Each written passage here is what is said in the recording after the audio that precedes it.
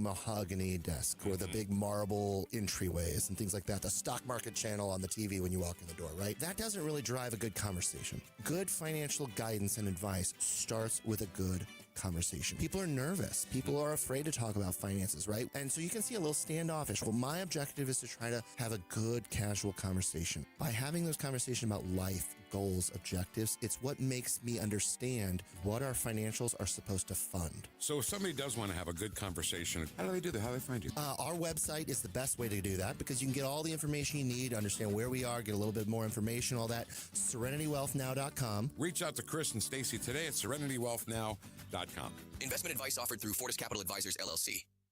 News Talk STL.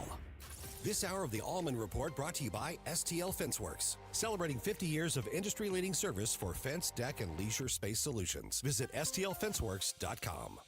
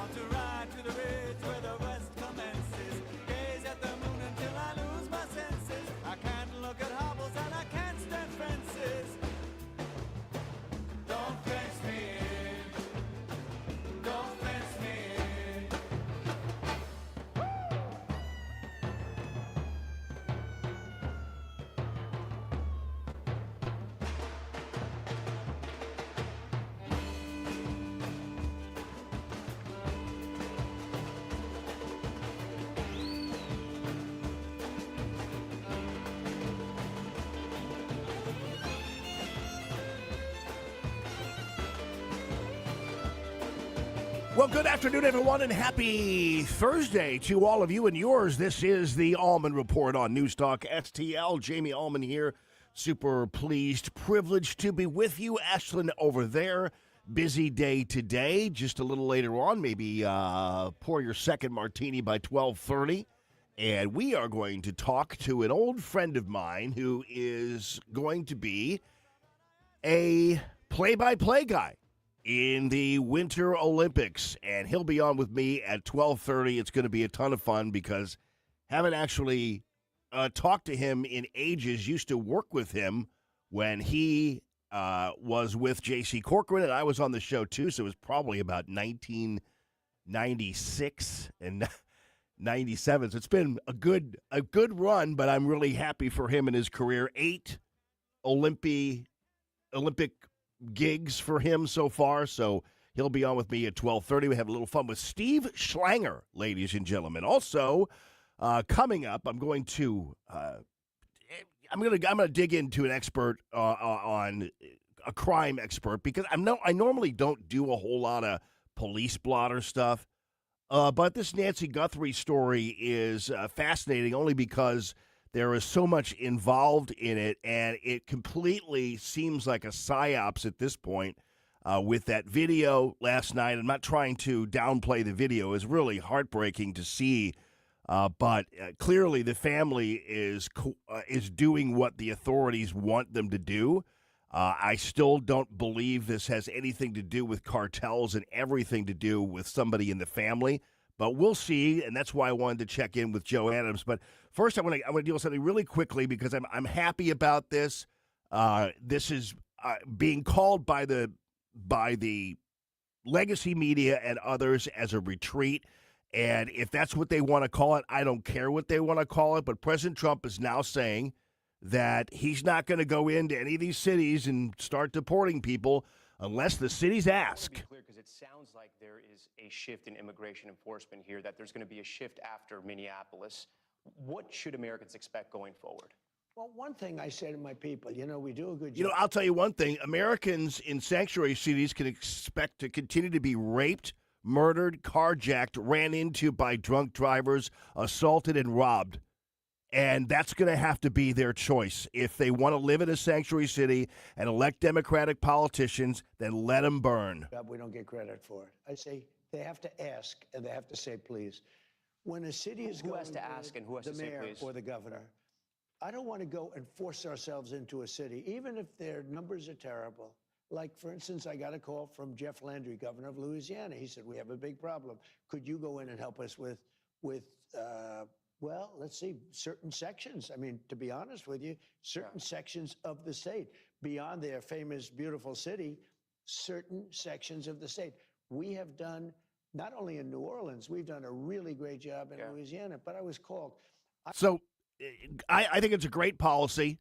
And as far as I'm concerned, I mean, you know how frustrating it is, right, in your own lives to try to help people who won't help themselves. Let them burn. Let the cities that decide, let Minneapolis collapse into the earth. Who cares at this point? I mean, I know we love our cities and we love to have thriving cities, but, there's only so much daddy can do. You're on your own. And as far as I'm concerned, it's a great shift in policy. I don't mind it. I don't really care. And if the cities can't help themselves, then screw them. And I think President Trump is making a wise move. And I think a lot of us feel that way. I mean, how much can we just continue to jeopardize the lives of some of these agents and beyond in places that don't want us? And so, go ahead, go get raped and robbed and carjacked and murdered and everything else, and let the chips fall where they may. The rest of us will live our lives as intended in this beautiful United States of America. Joe Adams, by the way, first of all, congratulations, belated congratulations, a happy anniversary, the 5th year of the Washington Guard, brother. How you doing? Hi, Jamie. How you doing? I'm doing great, man. Real good. 5 years. That's amazing, man. Yeah, that's what I've been told. That's the rumor. Yeah. How could you do this? Well, actually, how could we do what we've done in the position that we are within 5 years? Yeah. I give full credit to law enforcement. When I went to law enforcement out here, particularly the sheriff's department and city PD and the surrounding sheriffs, they could have shut me down. They could have made my life miserable based on my agenda. And we started the Washington Guard militia just because of Joe Biden's election. Yeah. I knew where this was going.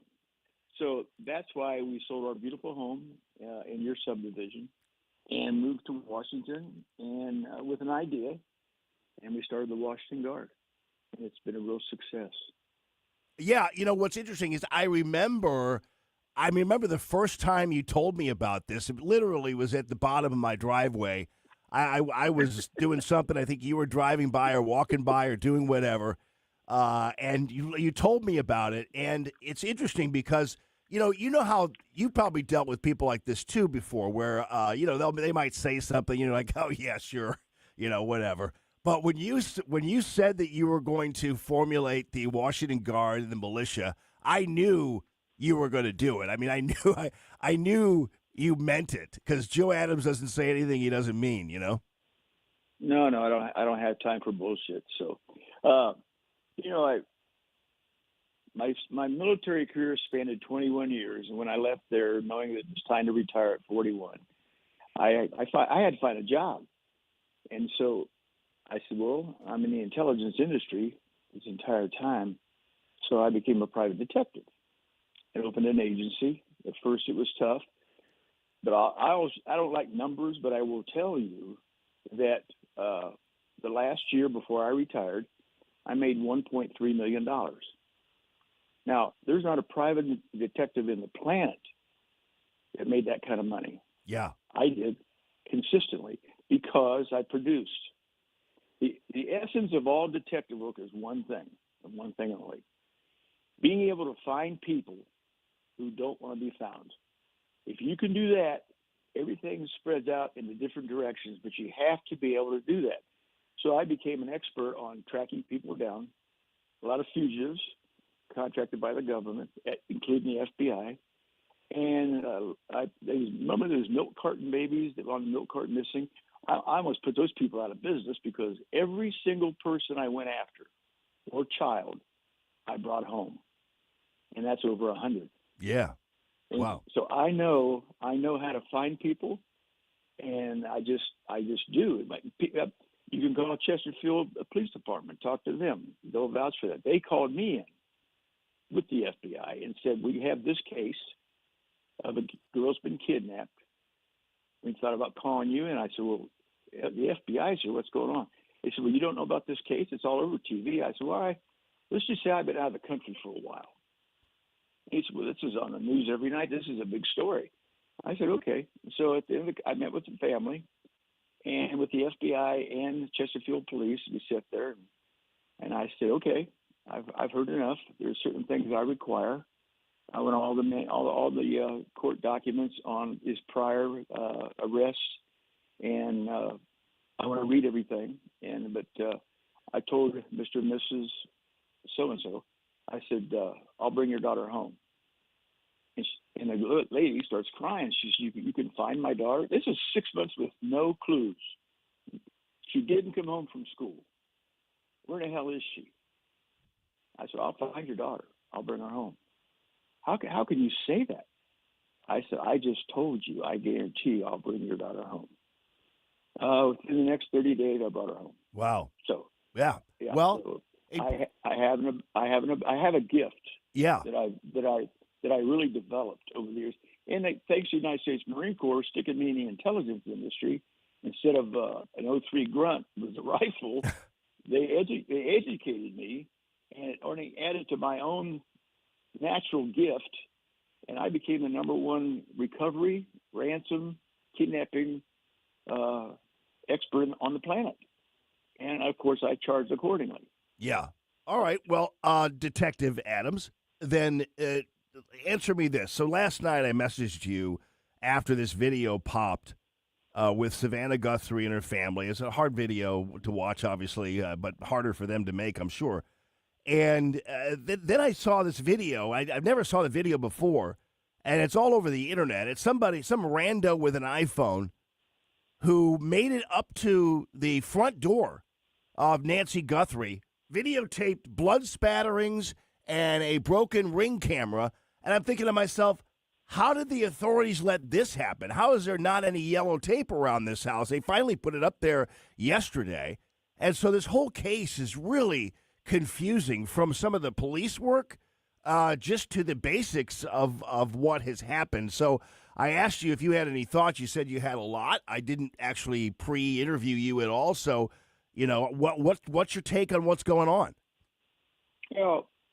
When I work with and when I retired from a private detective, I went to work with Border Patrol.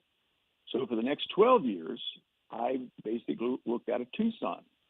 So I know Tucson like the back of my hand. So, and bring me up to speed, because right now my entire world is based on the Islamic threat to America. Yeah, right. I belong to one of the most powerful think tanks in the country, and so I'm kind of like not watching TV. I'm concentrating on all these FBI reports and stuff, which I found some startling information yesterday. Yeah. Oh my God, I'll see about that later. Yeah. So the first thing I did, I called Border Patrol and I asked for a series of supervisors who's still there, and talked to a couple of supervisors. And they were kind of quiet about the sheriff and everything. And so then I remember I still have some homicide business cards of the detectives out there. And I called 2, left voicemails, called the third one, got him on the phone. I said, hey, you guys got a little problem out there? He goes, yeah, Joe. Why don't you come out here and help us? I said, no. I'm retired. I said, let me ask you a question. I watched a clip of the sheriff speaking, right? And I was unimpressed. So I said, okay, first impression, whatever. And the deputy got silent. He wouldn't say anything about the sheriff.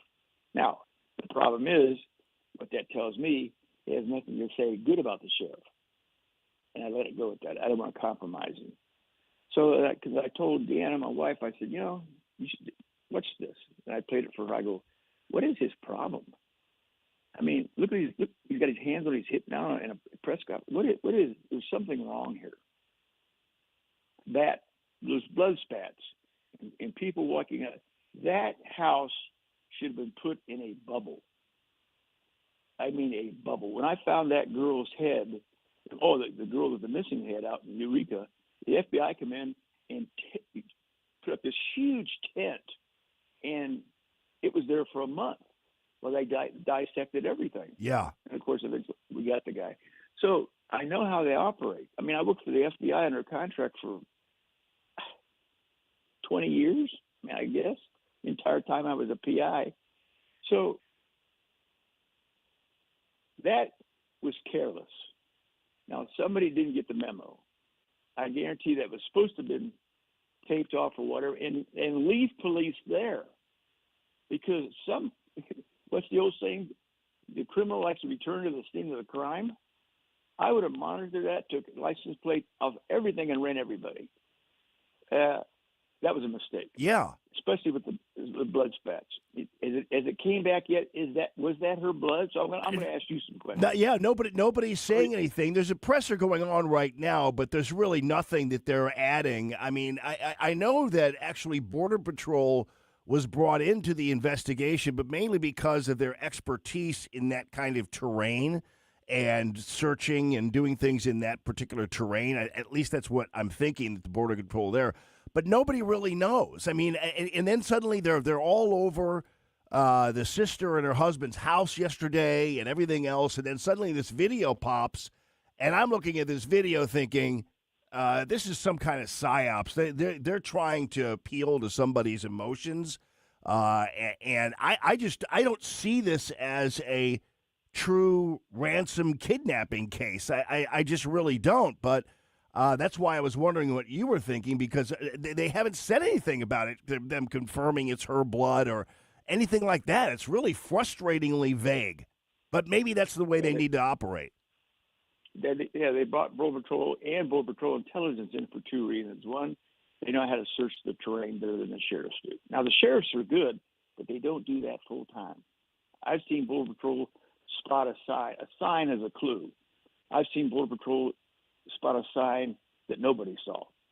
The second thing is Tucson, Arizona, that's the suburbia of the cartel, and they know where all the safe houses are for the most part. Oh. They've busted hundreds of safe houses. Yeah. Now, and I'm just speaking out loud, okay? Now, either these are unprofessional people that got away with it, or they're real pros.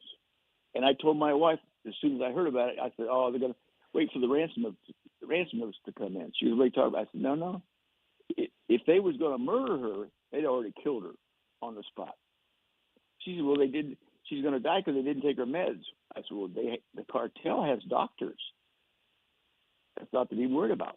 They're not going to let a person worth millions of dollars to them. And I'm speaking hypothetically. Okay? Yeah. So, and I know you don't think the cartel has anything to do with it, and they probably don't. But I know the sheriff department thinks about one thing with these cartel people. They do four things better than anybody else in the world. Four things the cartel does: smuggle drugs, human trafficking, and killing people. Yeah. And the number four is kidnapping. Right. The cartel makes a fortune kidnapping people and holding them for ransom. Yeah. The reason I know that is because I delivered the ransom money one time. I know that. So don't count them out, but don't be distracted by them. Yeah, right. Yeah, and the question would be, though, why would they, the kidnapping of some news anchor's mom? I mean, apparently she does have some resources, and maybe that actually is the key here, because you could. Why her? Jamie, okay, very good question. Jamie, the key is why her? Now, why her doesn't mean how they pick her out. Why her means they had information on her that made her vulnerable. Now, that could have been the beautician cutting her hair. And the person who provided that information to them has had contact with her. This is not a random deal like, oh, yeah, she's rich, she's old, the alarm system don't work. No. Whoever did this might not have been a part of the capture, but they had information about her to give the people who did this. So she has been in contact face-to-face with the person who helped set this up. Yeah. She's had a lot of construction at the house. How many times I busted the tree trimmer? Tree trimmers, oh, yeah. So she's surrounded with all these people coming and going. One thing I didn't like in that interview on her tape, I did not like her brother's posture. Huh.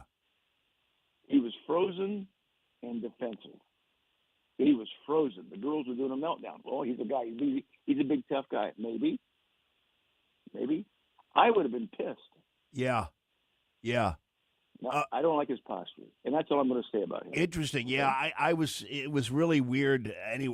Definitely all three of them, with the exception of Savannah. And by the way, I got to go, Joe. But and I want to talk more about the jihadi thing. Maybe we can even double back on that tomorrow. But I just want to let you know too. The sheriff did confirm that it is Nancy Guthrie's blood. That was her blood on the porch there. So current blood. What's that? Current blood. I don't know. That's all the sheriff is saying. Think about this. This is a professional operation. When's the last time that lady went and had blood tests? They take vials of blood, right? Yeah. Just saying. Yeah. I'll give you a shout tomorrow. I'll give you a shout later on, and we'll do that Islamic thing tomorrow. All right. Something to think about. Okay, sounds good, brother. I appreciate you, and thank you so much, and congratulations on 5 years of awesomeness. I don't know how old you are, but I'm sure it's decades of awesomeness, but I'm talking about 5 years with the Washington Guard. Well, we just had a Washington Guard anniversary, my marriage anniversary, and my birthday, and Deanna's in the same week. Wow. So, and I'm 76 years old. Oh, you're the best, man. All right, well, congratulations on. Hey, in a court of law one time, when they were trying to discredit my testimony, the other side told the judge that Joe Adams is the most dangerous man in St. Louis. And I consider that a compliment, and nothing's changed. I'll talk to you tomorrow. All right, brother. I appreciate you so much. That is Colonel Joe Adams with the Washington Guard, and they're now also doing a timeline where they know that about 1:47 is when the Ring camera disconnected. Then about an hour later, her pacemaker app disconnected. So something's going on, and we don't know. But let me tell you something. We're going to visit with an old friend who now is the world famous, or one of them, announcers for the Winter Olympics. It's Common Sense Radio. It's the 3 Martini Lunch. The Allman Report on News Talk STL.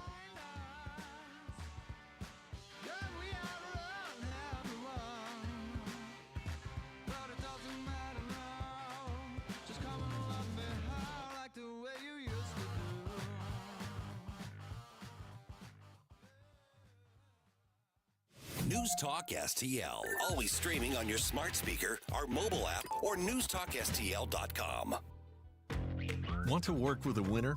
Follow the multiplier. 279 times growth in total market cap in the past nearly 30 years. 50 times growth in client assets. And ranked the #1 wealth management firm for employee advisor satisfaction by J.D. Power 3 years in a row.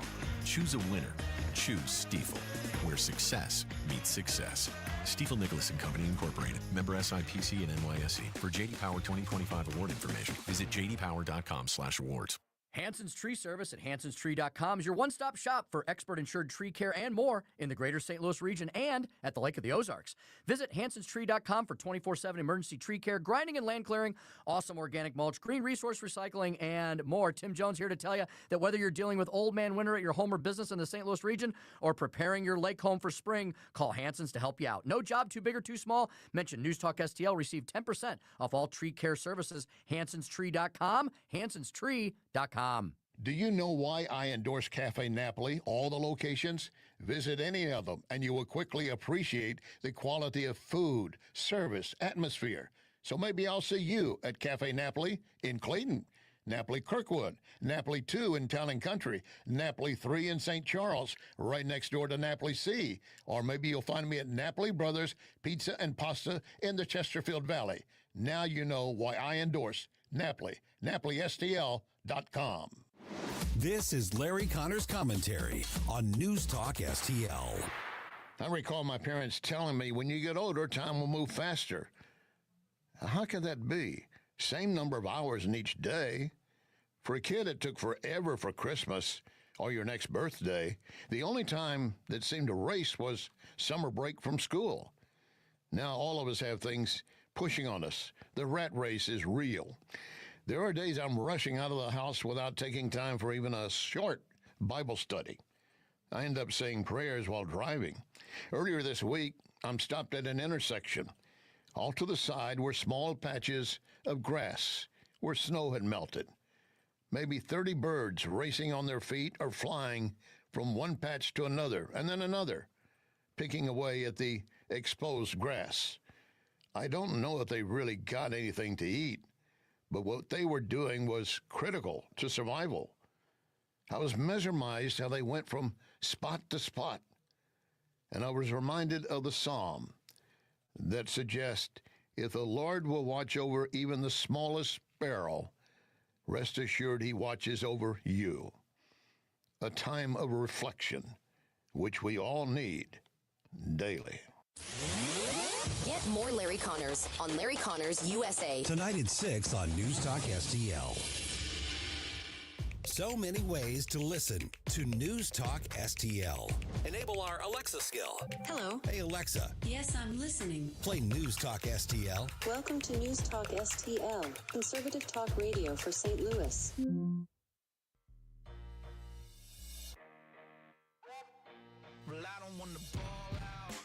Good afternoon, everyone.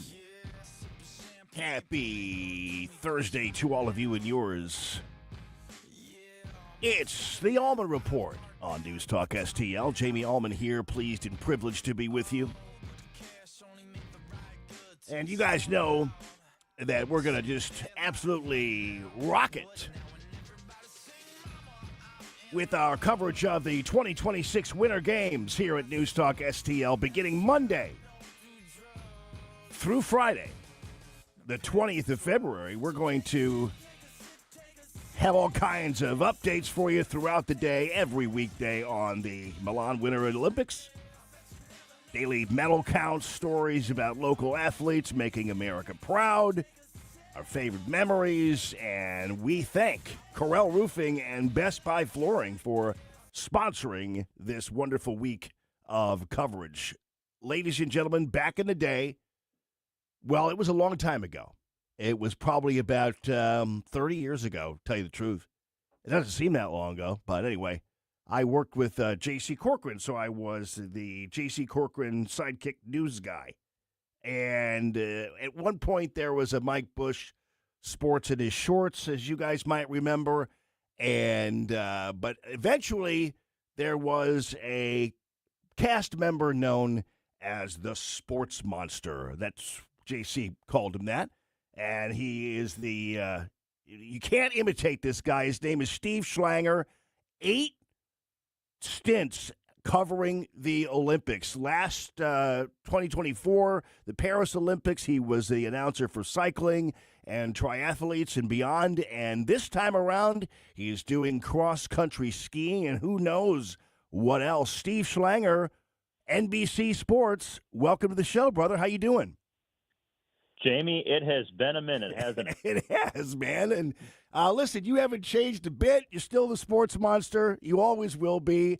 And we had a ton of fun on JC's show. I was going to have JC pop in, but he's got some things going on. But those were good days, man. Those are fun days. You were just a young whippersnapper then. It's hard to believe how long ago it actually was. Kind of feels like yesterday, but no, I mean, those are some really good times. We had a lot of fun, probably more than we should have. And every morning, something came up. It was just a different thing every day, but man, we made the most of it. Yeah, we did, man. And now, of course, you are covering the Olympics, which is really pretty cool. And this is your 8th stint covering the Olympics, right? It is. Yep. And so when you do, like you last year in the Paris Olympics, you did the cycling and things like that. So this time around, you're doing cross country skiing. Is that going to be it? Yes, we have events just about every day, so it's a pretty hefty schedule because they have so many events and so many races throughout the 2 weeks.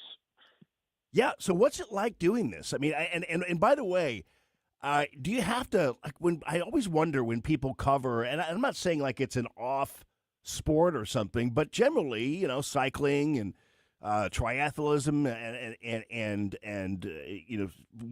even swimming, for crying out loud, you kind of have to almost be an expert in it. So do you have to kind of bone up on everything cycling in order to do this job?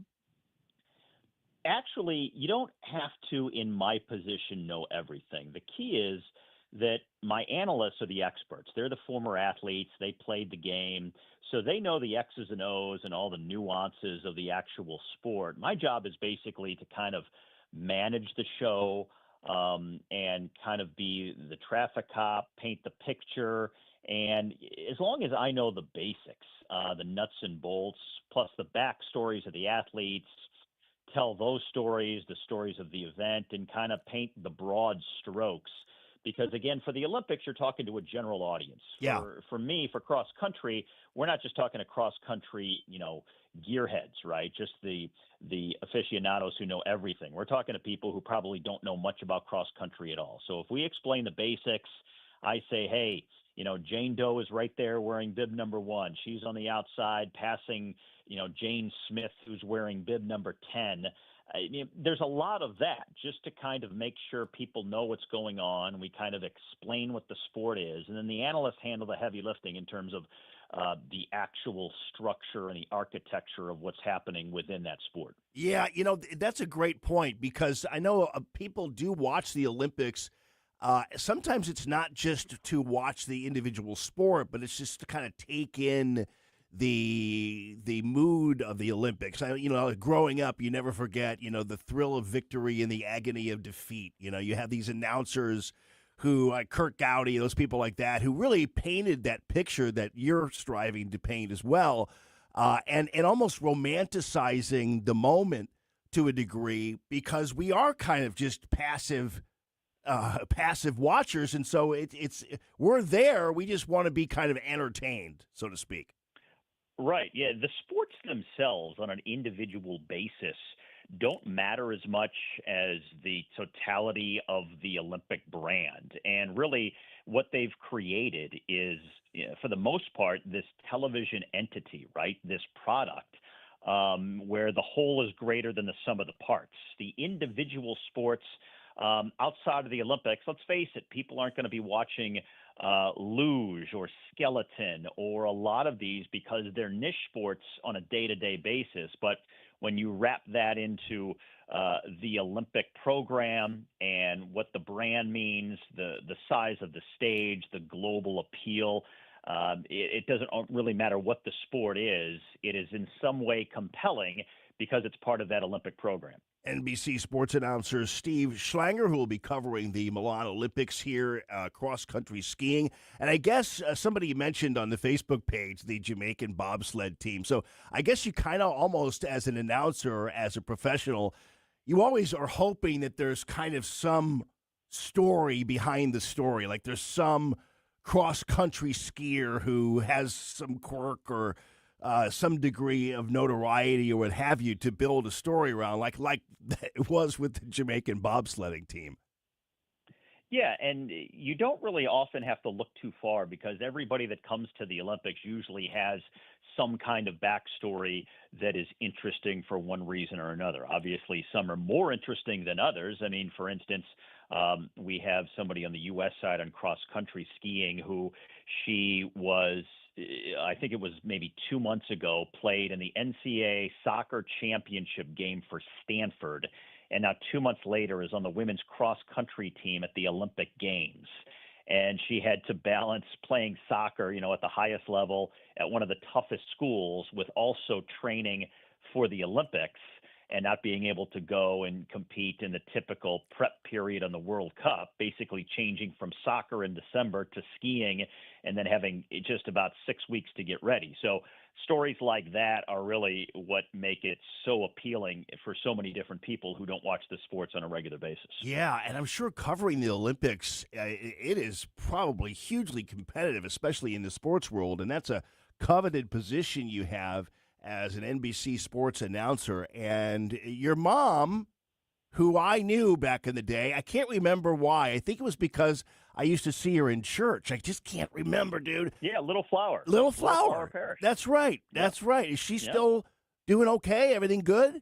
Yeah. Okay, she perfect. worked there for a long time. She Yeah. worked there for a long time. My son went to preschool there back in the day. Barb. Yeah. Yeah, Barb. Right. Yeah. Barb And, Schlanger. yeah, and so she worked there in the parish office for a while. My son went to preschool. I think I might have seen you at some pageants or something along the way. Yeah, right. Something like that, right? Oh, that's fantastic. They must be super proud of you, brother, and really a ton of fun. So when you were, tell your mom hello, because my kids all went to Little Flower grade school, so it was awesome, and Barb was fantastic. That's right. I just and I think it was even before that I knew her. Anyway, bottom line is when you were growing up, I mentioned the thrill of victory, the agony of defeat when I was a kid, and I'm a little older than you are, obviously. When you were growing up, like who were some of your announcer heroes? Like how did you? I know you probably dreamed your whole life of doing this. That's kind of people in your position started when they were like 6 years old, dreaming of this stuff. So who was your favorite? Well, it's funny because I really didn't think of doing it till my junior year of high school, and I had a teacher during a class where I was giving a speech who came up after we were done and said something about, hey, you kind of seem to have a knack for this. Maybe you might want to look into some kind of career, to sports, talking, something like that. And that initially got me thinking about it. I kind of got to know Bob Costas back in the day because at the time he was living in St. Louis, and he eventually became a really good mentor for me. And I always liked his style just because he blended humor with storytelling, but he was very smart, and the way he presented things, I connected with that. So I would say him as much as anybody. But then it's funny, you get out of school or, once you go through college, which I did, and, did the small jobs at the local radio stations, things like that. And then you just kind of see where the path takes you after that. And I made a lot of zigzagging turns, at different stops. And obviously, when we worked together, that was one of them. But I never came up thinking, I'm going to work on an FM morning show one day. Right? I never would have thought about that. And it turned out to be one of the best experiences I've ever had. And so those are some of the great little things that happen along the way, those surprises that sort of, make the journey over the long haul worthwhile and fun to take part in. Yeah, I agree. I never, I met JC. I came into contact with JC only because he attacked me one morning for one of my stories on TV. And he had Eric Mink on with him or whatever. And then eventually I was on his show. So how that happens, I don't know. But we all have, we kind of have JC in common, and also for him to thank a lot for what we became and what we wound up and our exposure and everything else. How did you run into JC?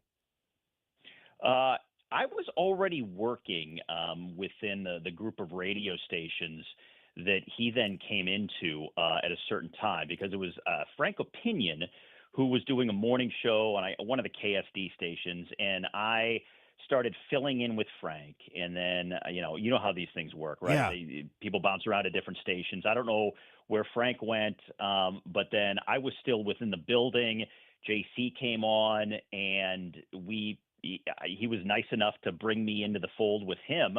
And we just kind of started working together, and it was great. I mean, he's such a talented guy, and he knew he did a morning show as well as anybody. I know. Oh yeah. That, he has a reputation for being cantankerous and things like that with some people, but what I think other people don't realize is that he knew how to organize, structure, and deliver a morning radio show as well as anyone, and he knew how to bring us all together and have the different pieces work in concert with one another as good as anybody in the business. And so I really owe a lot to him in terms of, the way he gave me that platform, that opportunity.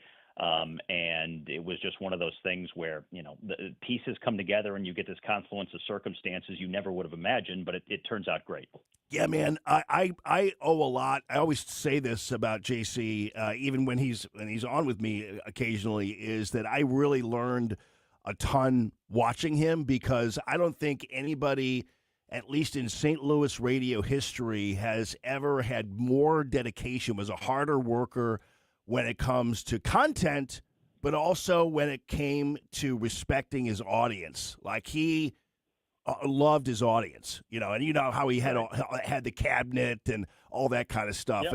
And that was kind of unusual back in those days, because in the old days, broadcasters just kind of talked at people, but JC did it differently, unlike any other did, and a lot of people have done now, but taught me a lot about that. So I owe him a lot. He was a groovy guy. So and I was going to try to have him on and surprise you, but he's busy, but he said he'll catch up, and so he'll listen to us lauding him, Sports Monster.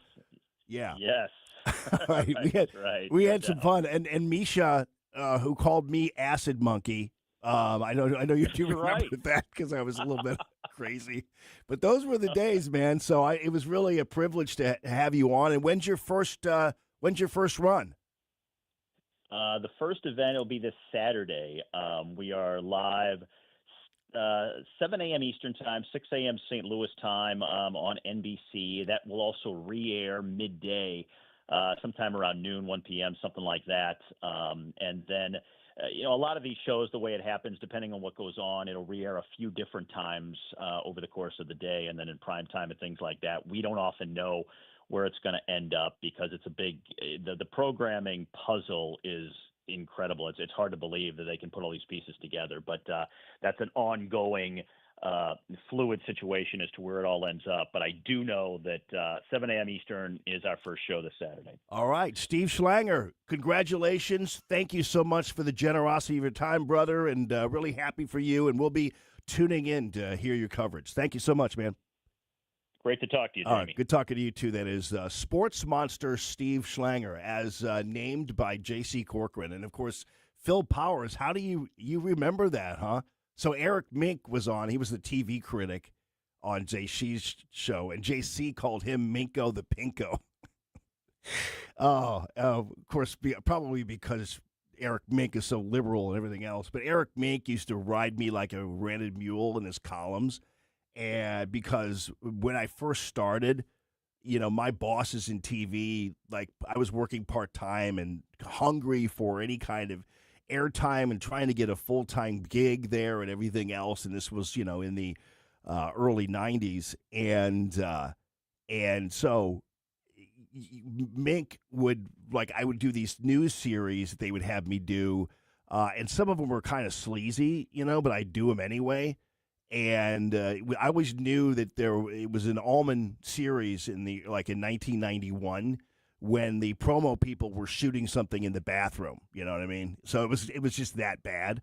And so my bosses would throw me under the bus, and I was the whipping boy for Eric Mink. And so I'll never forget. At that time, and he was on with JC, and Mink would always just basically criticize me and do whatever, and it was hard. I mean, I was really I dreaded picking up the Post-Dispatch and seeing an Eric Mink column, because it was always about me. For some reason, he had some kind of obsession with me, and maybe because I was an easy target or whatever. So I'll never forget one time. In the shower, because I was doing something about radio, and I'll never forget that the shower radio was on, and I'm listening to J.C. Corcoran and Eric Mink rip me from here to eternity, and then ultimately I wound up on J.C.'s show. I don't know all the machinations about all that, but I wound up actually being a player on J.C.'s show after all that. But I'll never forget in the shower. I'll never forget it. It was like the first time that's ever happened to me, publicly like that, and JC just ripping me to shreds. I'm listening to it on the shower radio. And then eventually, by 1993, I won my first Emmy and wound up winning 15 Emmys, more Emmys than anybody in St. Louis television reporting history, and no one will ever catch up. So thank you, Eric Mink, for giving me a purpose, you know. Maybe his criticism actually wound up helping me. Who knows? You never would have imagined. And then here I am. Good afternoon this afternoon, everyone. This is Common Sense Radio. It's the Allman Report on News Talk STL.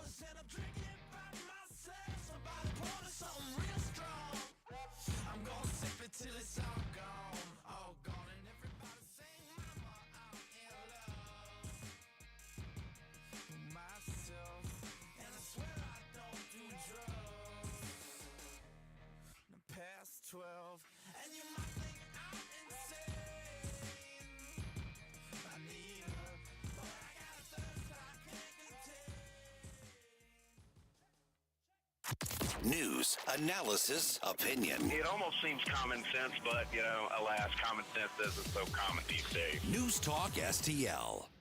If you have a tree that you think is dead, it might not be dead. Why don't you try to save it first with Roots Plus? Roots Plus can help you save your tree and keep your cash. RootsPlusLLC.com. That's RootsPlusLLC.com or 314-440-3662. Tim Jones and Chris Arps in the afternoon. Louis Gohmert, he's a former congressman. Bob Gibson. Oh, yeah. Pitching for the St. Louis Cardinals in the World Series. And so I snuck my transistor radio in my shirt and had the little earpiece into my ear and tried to keep my head turned where the teacher wouldn't see, but was listening to the World Series in class. Tim Jones and Chris Arps. Weekdays at 4 on News Talk STL. Is diabetes keeping you from enjoying life's special moments? At U.S. Med, we understand the challenges you face, and we're here to help. With U.S. Med, I can finally manage my diabetes without it managing me. U.S. Med offers a wide range of services to simplify your diabetes care. Personalized care plans, convenient access to cutting-edge diabetes tech, and knowledgeable support. Plus, we'll check your insurance so your diabetes care may be covered at little or no cost to you. With U.S. Med, I feel confident and control of my diabetes. I can finally live my life to the fullest. Don't let diabetes hold you back. Choose U.S. Med and experience better birthdays, better adventures, better anniversaries, and better everything. Call now. U.S. Med. Better service, better care. 800-515-2380. 800-515-2380. 800-515-2380. That's 800-515-2380. Colombo and Company. Join us every day for conversations with a wide variety of guests as we keep you informed and up to speed on all the important news and headlines you need to know. Live and local weekdays at 2 on News Talk STL.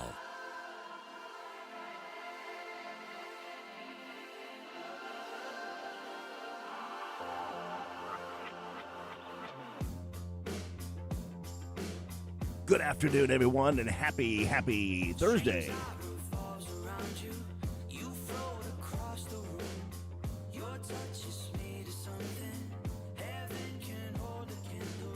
It's Common Sense Radio, ladies and gents, the 3 Martini Lunch. Right now in Tucson, Arizona, the Pima County Sheriff's Department is conducting a news conference answering questions. They have developed a timeline. One of the unusual things is that Nancy Guthrie wasn't reported missing until 14 hours after she was dropped off at home Saturday night, or after the family said she was dropped off at home Saturday night. 14 hours later. And based on some of the electronic evidence they've been able to put together, the Ring camera was disabled about 1:47 in the morning. An hour later, the app that controlled her pacemaker was disconnected. So they're trying to figure that out. And they also have some records of the garage door closing and also opening. So, and they believe that she's still alive. And they haven't identified anybody. And I think what they're doing is they're trying to flush somebody out. And that's why that family did the tape last night, because they're just trying to shake some trees here and figure something out. And as I said, I still don't believe that this is some kind of cartel or some kind of romance novel type of kidnapping or what have you. I think it's a family member. It's got to be. But who knows? Stranger things have happened. She was very visible. She was, obviously on television with her daughter on the morning shows. So it wasn't like she was an unknown. And Julie's asking, well, didn't she not show up for church? And a friend called police. Yeah, I'm just not quite sure what time that was. So basically, they believe she was dropped off about 10. So technically, it could have been a 10 o'clock service or a 12 o'clock service, whatever. I don't know. But they're saying it wasn't until 14 hours after she was dropped off at home that she was reported missing. And they're offering a $50,000 reward. It's always really odd to me, like, only $50,000? Like, right? Or am I just, is that kind of low? Like, for a human life? I don't know. $50,000? I mean, I'm sure somebody could cough up another 50 just do $100,000 or something, but it's like $50,000 doesn't seem like a lot, right, Ashley? I mean, is that right? No, I think you're right. I mean, I haven't thought about it like that, but I mean, your family members are so lucky. Yeah, I know. You care so much. I mean, Savannah Guthrie has probably $200,000 to put up. I mean, why don't they put some money up? I don't know. I mean, it's like $50,000 doesn't seem like a lot. Nancy's like watching TV going, $50,000, really? I mean, that's what I'm worth? That's what you've done the actuarial calculations on my life, $50,000? I mean, and again, Savannah, I mean, if I'm her, I'm like, I'm offering $1 million, But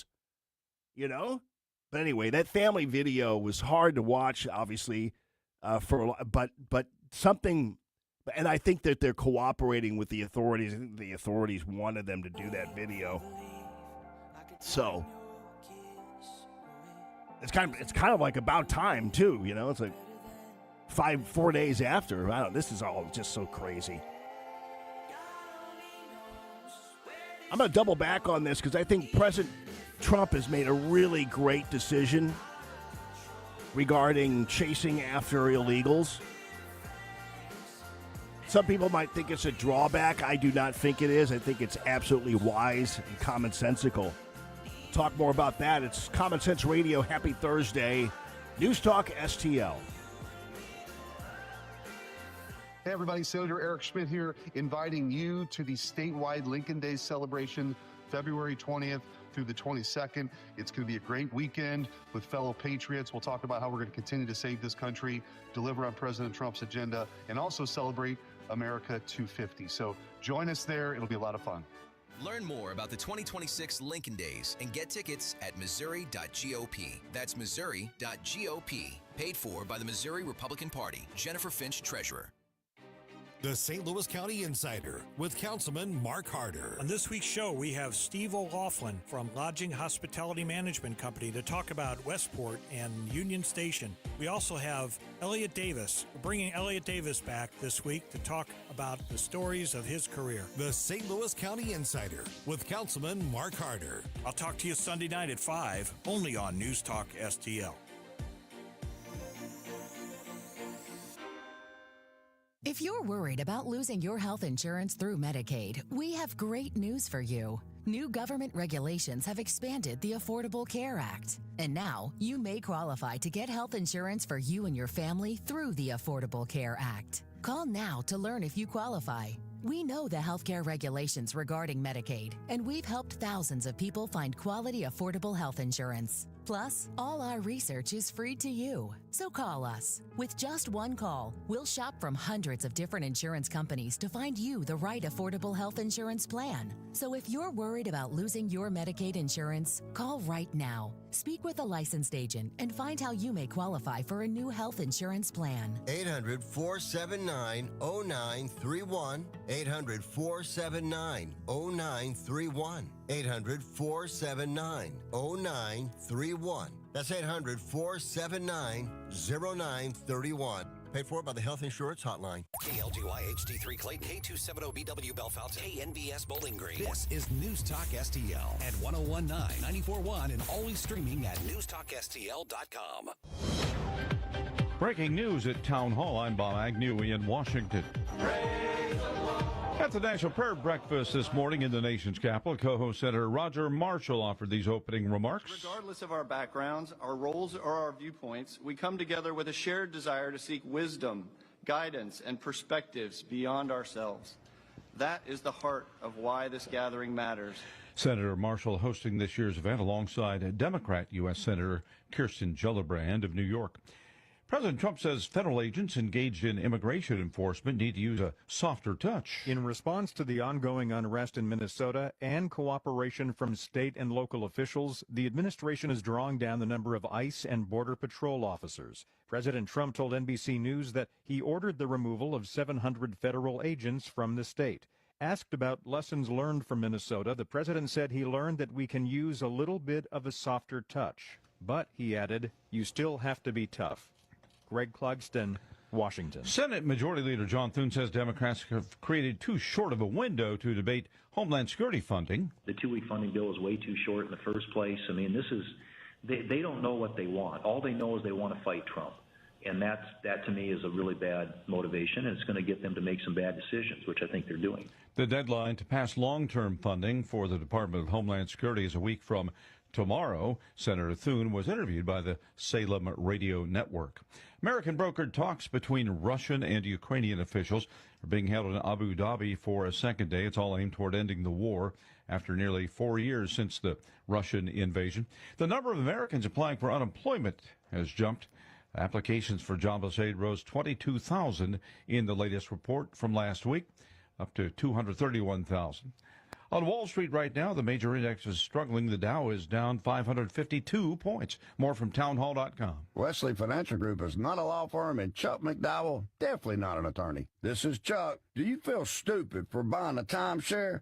Don't. It's not your fault. You were most likely told you could rent it, and it was a great financial investment. And the deal was available today only. If this happened to you, contact your resort or Wesley Financial Group for help today. Call Wesley now for your free exit information kit. 800-242-3131. 800-242-3131. My name is Whitney Allen, and I'm a widow. My husband, Ryan, died. We never thought we'd ever have to use life insurance, but the unexpected happened. With Ethos, signing up was fast and 100% online. You can get a quote in seconds, apply in minutes, and get same-day coverage. No medical exams, and you can get up to $3 million worth of coverage. I'm grateful we were prepared. Get your free quote at ethos.com/term. That's ethos.com/term. Paid spokesperson. Time spent on application may vary. Online health questions required. This hour of News Talk STL is brought to you by Rodney and Jen Wallner and the entire Wallner home selling team at Berkshire Hathaway. Call them today at 314-810-SOLD. 314-810-SOLD. From the Michaels Flooring Outlet Weather Center. The skies are cloudy, but it's dry, and most importantly, it's a little warmer today. We're going to close in on the 40-degree mark in some areas, probably most of us into the upper 30s, but still enough to melt some snow today, even under the cloudy skies, thanks to southerly winds. Temperatures tonight down into the 20s to near 30 degrees, and an even warmer day tomorrow with highs into the 40s. And while we do take a step back at times over the weekend, by next week, some days could be in the 60s. I'm KMOV First Alert meteorologist Kent Earhart. Hey, it's Susie Moore. If new flooring makes you think hassle, think again, because Michaels Flooring is changing the game. For over 30 years, Michaels has been locally owned and trusted for quality, variety, and amazing service. Whether it's carpet, hardwood, laminate, luxury vinyl, or ceramic tile, their expert team makes installing new floors exciting, not stressful. That's why customers keep coming back. Visit Michael's Flooring at St. Peter's, Starting Prairie, Creve Coeur, or online at igotfloored.com. That's igotfloored.com. JC's Wayback Machine. We play all the great music the big corporate radio stations can't because they only get their same 300 songs to beat into the ground. Plus, we'll get you warmed up for Sunday's game, and our A-list interview of the week is with the host of the very first big NFL pregame show, the NFL Today, Brent Musburger. All brought to you by the Weber Automotive Group. It's JC's Wayback Machine. Every Saturday night, 6 to 9 on News Talk STL. Duck and goose season still on, and Whistle Pig Outdoors has everything you need to finish strong. Hey, it's Mike Ferguson, and right now get 40% off all Taka hunting clothing in Mossy Oak Bottomland. Bow broken? Well, their archery pro shop sells Hoyt and Bear bows, custom arrows, and they provide expert service. Whistle Pig Outdoors on Main Street in Troy, or visit whistlepigoutdoors.com. Whistlepigoutdoors.com. Whistle Pig, get back out there. This app is absolutely fantastic. Yes, I listen on my phone. If you have a phone, you have a radio. It is awesome. Download the all-new News Talk STL app and listen anytime, anywhere.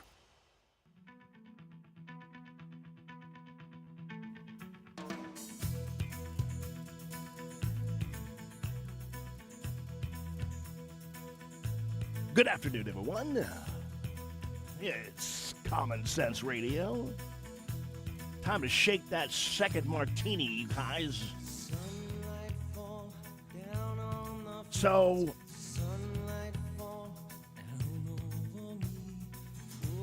that ransom note they were all talking about, that was sent to TMZ. The deadline on the ransom note was 5 o'clock today, which I'm assuming is obviously 5 o'clock Arizona time. So we'll see what's going on. They don't have anything right now, they say. I heard JC in the Wayback Machine, and I was going to mention this to Steve Schlanger of NBC Sports, but I wanted to keep things relatively clean because you never know, in terms of NBC, and I know I didn't want to drag Schlanger into anything untoward, but JC said he had texted me this morning, and I forgot about this, but then it didn't say anything. He said, "Don't forget to remind him," because when Schlanger was doing sports, I would haze him quite a bit. I mean, I would pick on him quite a bit. Because he was just some young whippersnapper, and I was I was in the news media, I was in TV, and he was just a little kid practically, and I just would give him so much trouble. And one time, I told him that someday he would be in prison, and they would trade him for cigarettes. I mean, that's not really dirty or anything. I just didn't say anything. But we used to give him quite a bit of trouble. JC would like to watch us all fight. It was pretty funny. He was kind of the ringmaster for all of us ne'er-do-wells, and we'd be all in the pen with him, and he'd make us fight each other. It was like some kind of cockfight or something. It's really funny. All right, so it looks like we're hearing from the FBI now as it relates to that terror attack on the church in Minneapolis at the hands of Don Lemon and the Black Lives Matter beast. It looks like there could possibly be as many as 40 arrests made as a result of that invasion and the trampling of the civil rights of those worshipers. And there are more pictures coming in of kids crying and everything else. It was so much worse. And I said this before, but it was so much worse than the news media is telling us and that we're seeing. Because if most Americans saw exactly what was happening to those people in the church, we'd be at the jail demanding the authorities release them to us. We'd be pitchforks and burning brooms is what we'd have, but because it was so infuriating. So it turns out there could be, I mean, they're gradually starting to ID more and more people who were in that church, because there's no reason why there should be only 7 or 8 people. I think that's the number right now who are under arrest or charged. Every single one of them who went into that church needs to be charged. So we'll see how that goes, because there's, anybody who took part in it should be held to account. And it looks like some of the Kash Patel's people are now saying that as many as 40 people were involved. So we could have that many arrested, and I hope that happens. The White House is going to be having a press briefing shortly, and I think there was some desire to go ahead and let this Pima County Sheriff's news conference play out. And when that happens, we will bring some of that to you live, at least as young Caroline gives her introductory statement. In the meantime, there are some individuals who are gloating that, these ICE protests and these terror attacks that we're doing in Minneapolis are working because President Trump is surrendering. And I've even heard some conservatives talking in that manner after President Trump said that he was shifting his focus regarding the deportations and is entering sanctuary cities only if the mayors ask or are invited. I want to be clear, because it sounds like there is a shift in immigration enforcement here, that there's going to be a shift after Minneapolis. What should Americans expect going forward? Well, one thing I say to my people, we do a good job, we don't get credit for it. I say they have to ask and they have to say please. When a city is who has to ask and who has to say please? Or the governor, I don't want to go and force ourselves into a city, even if their numbers are terrible. Like, for instance, I got a call from Jeff Landry, governor of Louisiana. It was in New Orleans is a great example of somebody asking for help and them giving it. Minneapolis is a bad example of that. But in the end, it's just common sense, and I think this is a really wise and superb move on the part of President Trump. Because, as you all know, dealing with anything that is troubling or whatever, there's only so much you can do to help somebody who doesn't want to help themselves.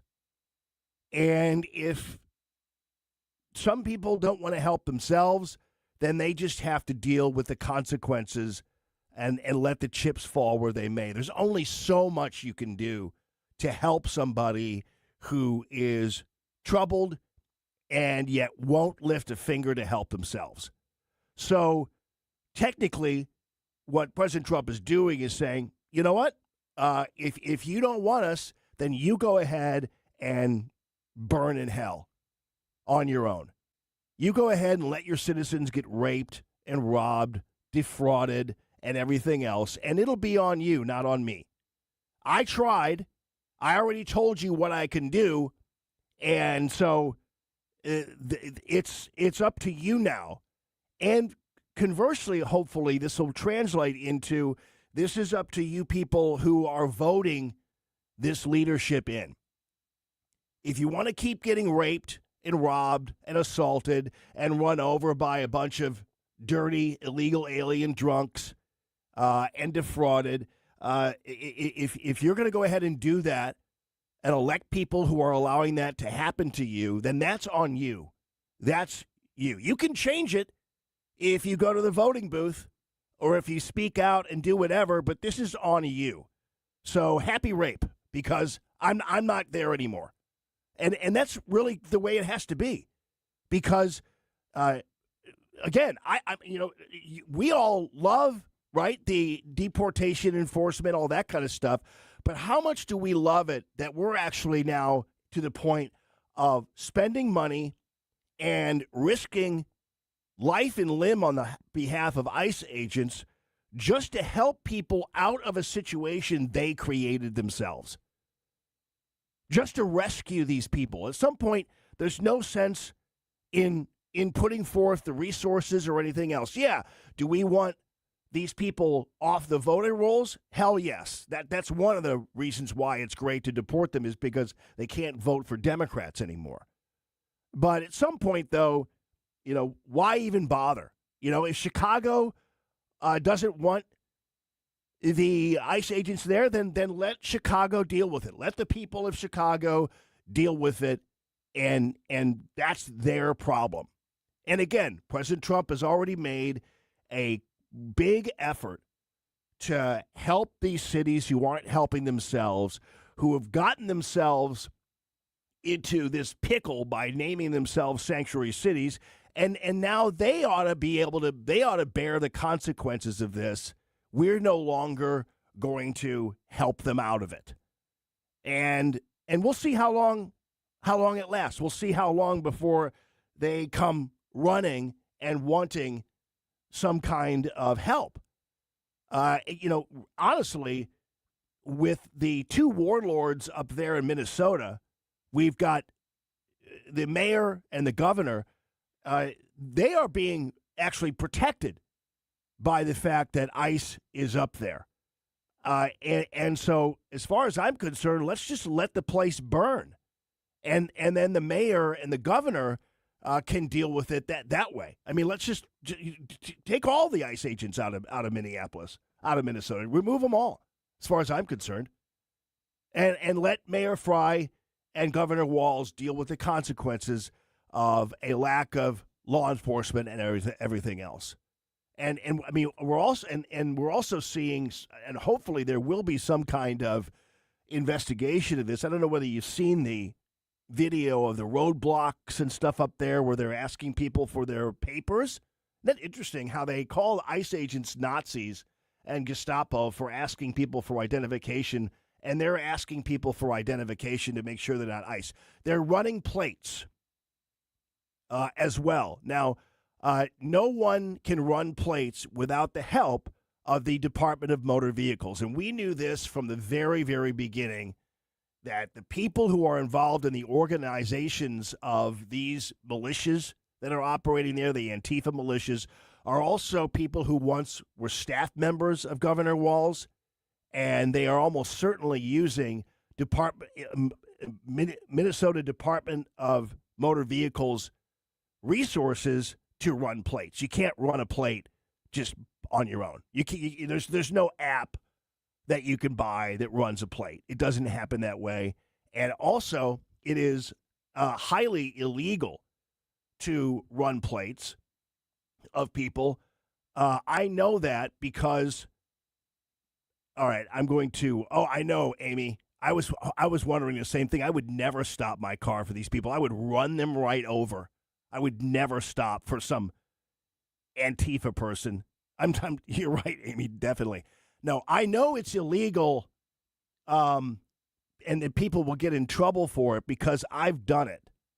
So I'm not going to go into too much detail because I don't want to impugn anybody. But when I was an investigative reporter for Channel 4, I had somebody in the Missouri Department of Motor Vehicles who I could reliably use to run plates.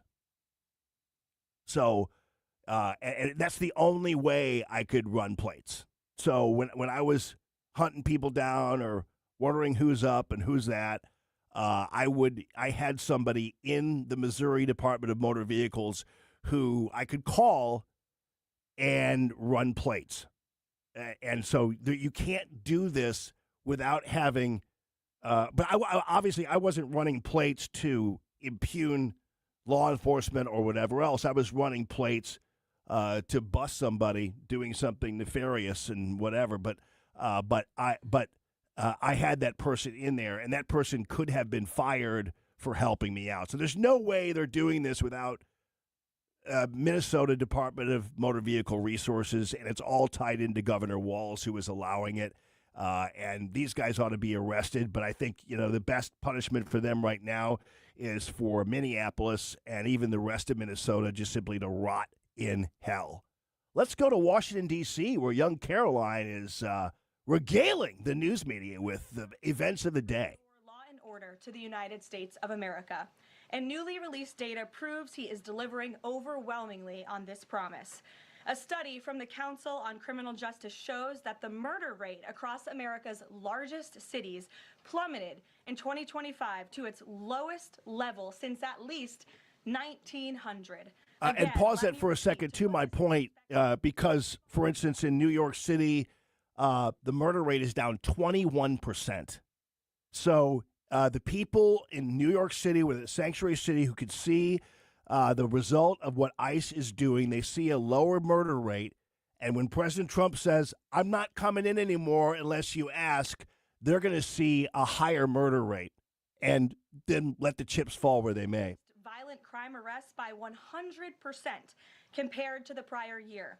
The FBI also conducted more than 67,000 arrests from Inauguration Day 2025 to January 20th, 2026, which is 197% more arrests than the same period previously. The FBI also disrupted 1,800 gangs and criminal enterprises, a 210% increase from the year prior. The FBI has arrested 1,700 child predators and more than 300 human traffickers across the country. Since President Trump took office, 6 of the FBI's top 10 most wanted fugitives have been captured. Right here in our nation's capital, where you all live, so you know it well, whether you choose to report it or not, the president's efforts to make D.C. safe and beautiful have worked. As of last week, D.C. homicides were down 62%, motor vehicle theft down 53%, and 2025 had the fewest violent gun crimes of any year of available data in our nation's capital. For more proof that these tough-on-crime efforts are working, look at the president's Make Memphis Safe Again campaign. As of last week, there have been nearly 5,600 arrests made, and aggravated assaults are down 53%. Sexual assaults are down 53%, and robberies are down 70%. Again, that's just in the city of Memphis.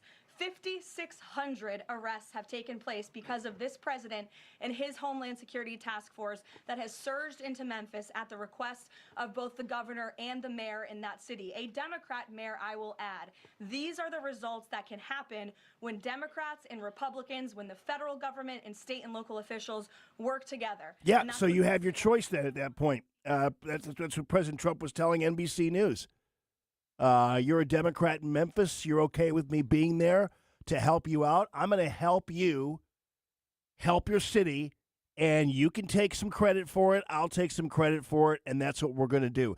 That's what cooperation gets you. It gets you a lower crime rate, and as young Caroline just pointed out there, this news media is getting one collective fact enema. And whether they're going to accept it or not is another story. Can't wait for the questioning, because you're going to hear a bunch of butt monkeys. But. And by the way, keep in mind, after all that, this is Homeland Security, and we're supposed to expect the firing of Kristi Noem? That was the biggest, stupidest thing I heard all last week. And I saw a headline, I don't know where it was. Maybe it was on Newsmax. But, mounting criticism of Kristi Noem. I'm like, are you kidding me? From who?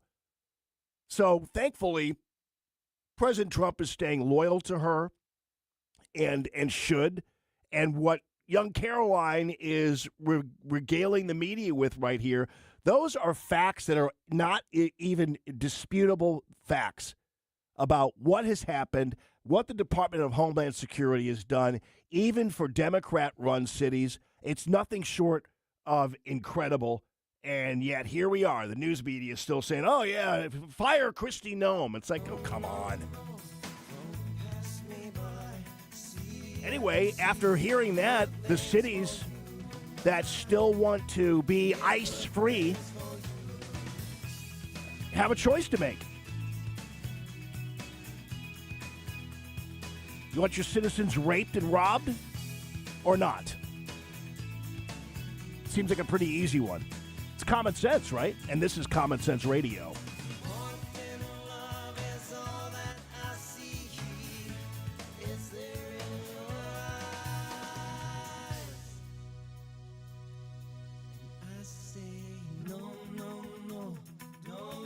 me over. No, no, no. Don't pass me by. See good things for you tonight. Yeah, good things for you. I think we should be able to have a civil conversation. The news and talk that matters to St. Louis. This conversation has completely made me crazy. This is complete insanity. News Talk STL. Grasser Home Services. I love how they have morphed into a not only an electric company to help you out with all your electrical needs, but also now plumbing as well. And I can say I knew him when. I knew him when they were just a little old Grasser Electric, right? 20 years ago, Shane Grasser decided he was going to sponsor free, common sense, conservative radio. And 20 years later, his son Josh and grandson Barrett, for that matter, are full-on supporting free, common sense, conservative radio. And that's with Grasser Home Services. GrasserElectric.com is an adequate website for you guys to go. It'll take you wherever you need to go for all of your plumbing and your electrical needs. They've got these expert plumbers available to you and will take good care of you. And I love the fact that Grasser, let's put it this way. Sean, who is the electrician that usually comes to my house because it's kind of in that general geographical area for him, and he's great. And you get to know these people. They're so good. They get to know your house. They're really a special group of people because they're experts in being able to detect problems fast. So you're not getting a guy in there camping out and charging you by the minute and doing all that kind of stuff. They go in, figure it out, get it fixed, and they're gone. And more often than not, they have whatever they need to fix something right in the truck that they drive to your house. So that's pretty cool. I don't know how they do that, but they do. So here's the deal. Go ahead and put together a list of things that are bugging you around the house. That flickering light. My daughter, Lily, I know I've been talking about this for like 2 years, but and Sean was going to come out the other day, and I couldn't make it. So flickering light, Lily's bathroom, and outlets. I can't stand. This drives me crazy. I have a house that's 115 years old, right? So some of the outlets, like you put a plug in there, they won't stay in, they'll fall out, and they're all jiggly. It drives me nuts. So I got to get that taken care of. And sometimes people move outlets or put outlets in a place that they're finally wanting to, they're so frustrated with using extension cords and all that other nonsense. So let them put one of those in for you. That ceiling fan that's still in the box in the hallway that's been there for 6 months, let Sean go ahead and take care of it for you.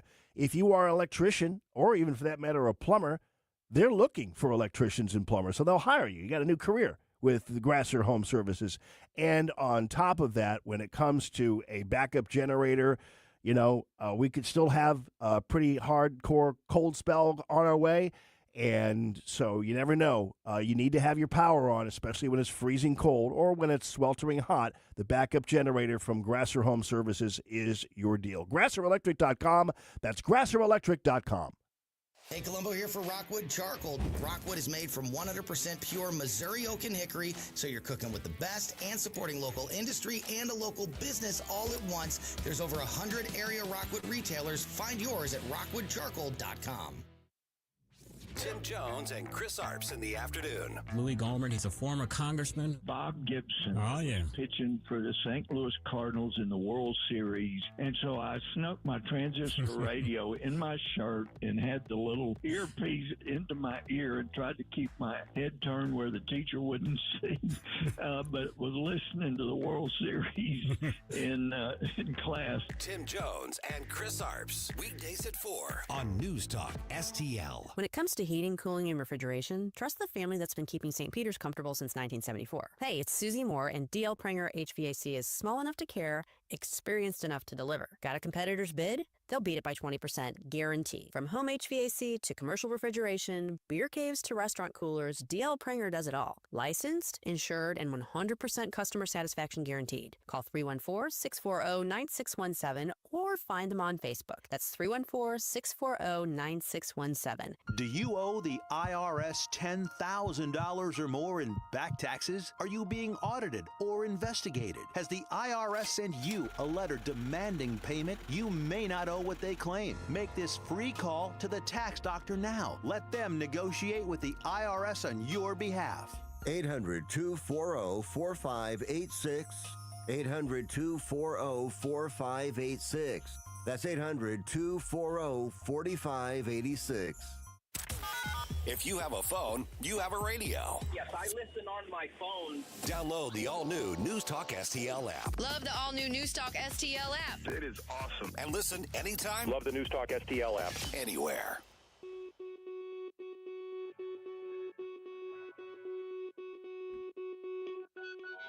Doesn't mean much.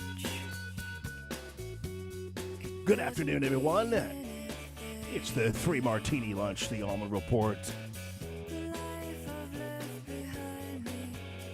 Young Caroline now answering questions from the media. I'll pop in here and see what things are coming out of their mouths right now. Check it out. States are accumulating the votes for who wins the election. He says if they, meaning the states, can't do it honestly and can't be done properly and timely, then something else has to happen. What did he mean by that? Is he suggesting that the federal government count votes in elections? What the president is suggesting, and I just spoke to him about this, is that Republicans and Democrats in Congress should pass the Save America Act.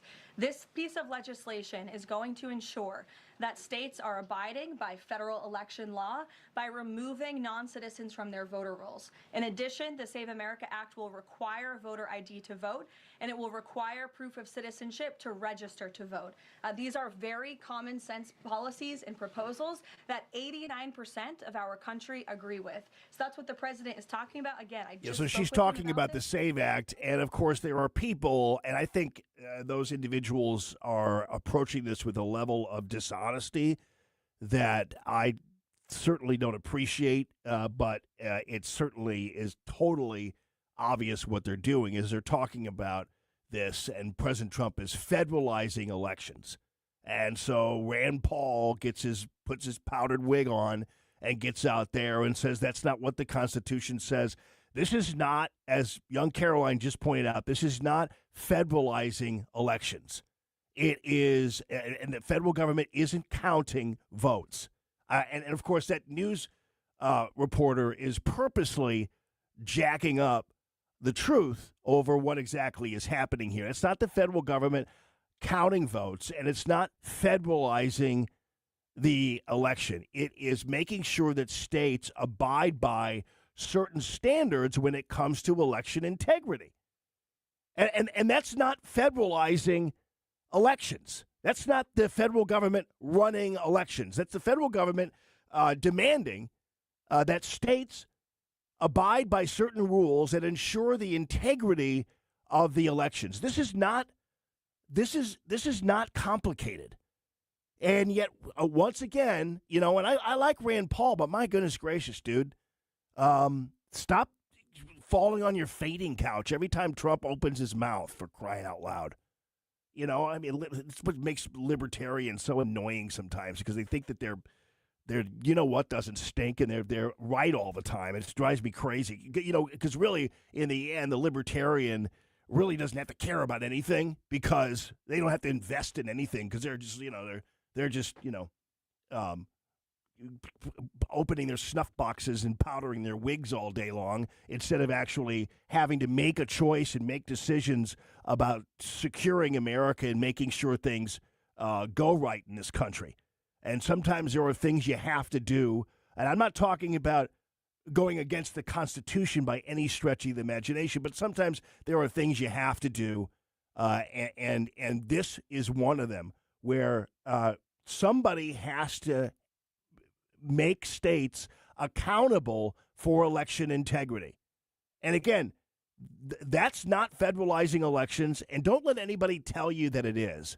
And requiring voter ID as a federal law, don't let anybody tell you that that's federalizing election laws. It absolutely is not. And anybody who tells you that is really lying to you, and I wouldn't trust them as far as you could throw them, because that's not happening.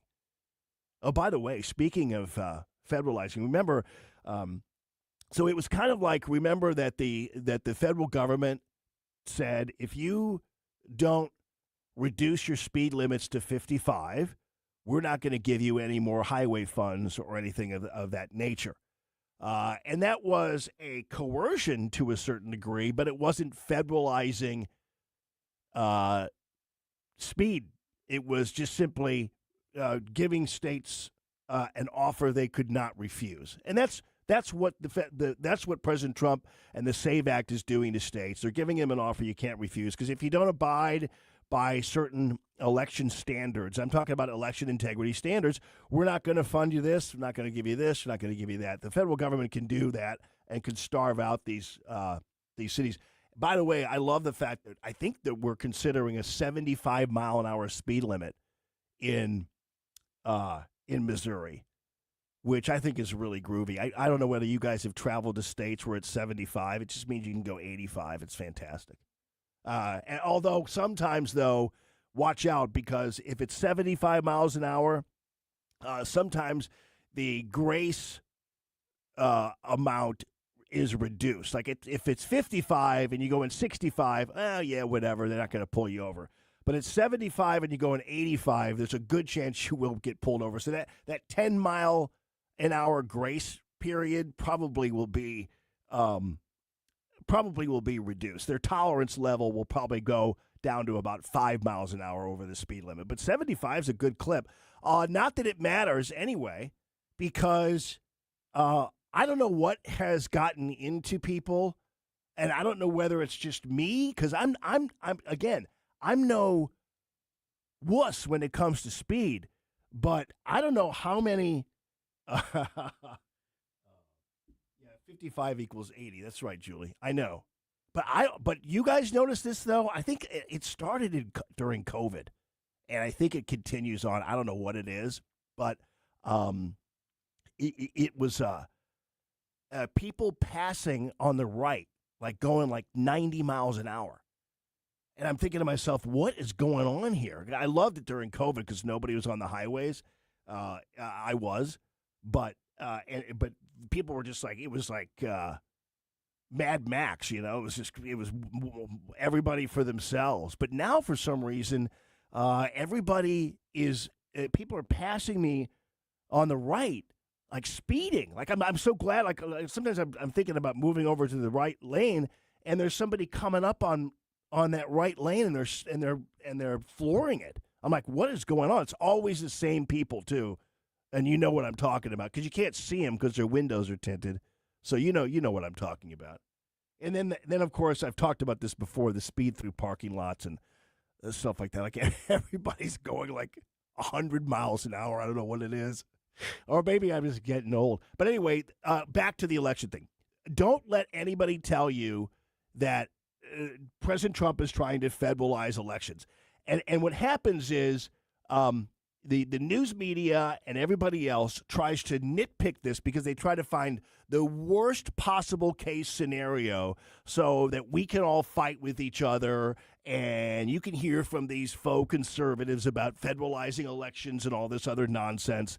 And it's all designed to kind of, most people, like I've always said, and it's been a running theme the last few weeks, most people are normal, average, everyday people. They think requiring an ID to vote is okay. It's not anything. It's not Jim Crow.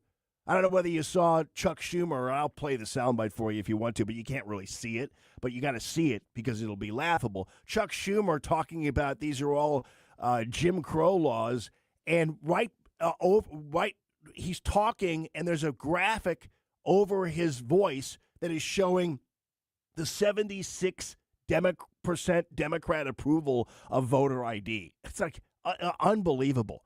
So, again, most people say, yeah, I think the federal government has a place to make states conform to election integrity. That's not federalizing an election. That's keeping an eye on states so that states don't run rogue.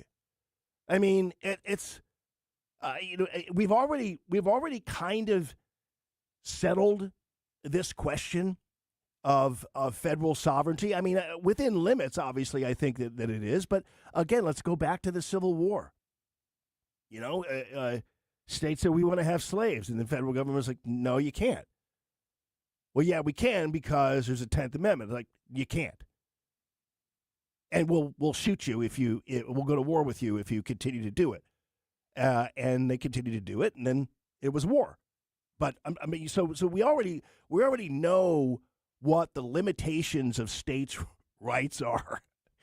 I mean, I can't believe the same people who are worried about federalizing elections. I can't believe those people aren't complaining about the fact that states have declared themselves sanctuary states and cities have declared themselves sanctuary cities. That should be absolutely intolerable, but it happens. Julie says she needs her own freeway system. Maybe you do. And Ryan says for some communities, the highway racing has a term. It's called cutting up or in. It's a dangerous trend popular on kids' socials. Yeah, I mean, you don't see too many 50-year-olds going 90 in the right-hand lane, but I didn't know that it was a thing on young social media. Interesting. Happy Thursday, everybody. It's the 3 Martini Lunch. It's the Allman Report on News Talk STL.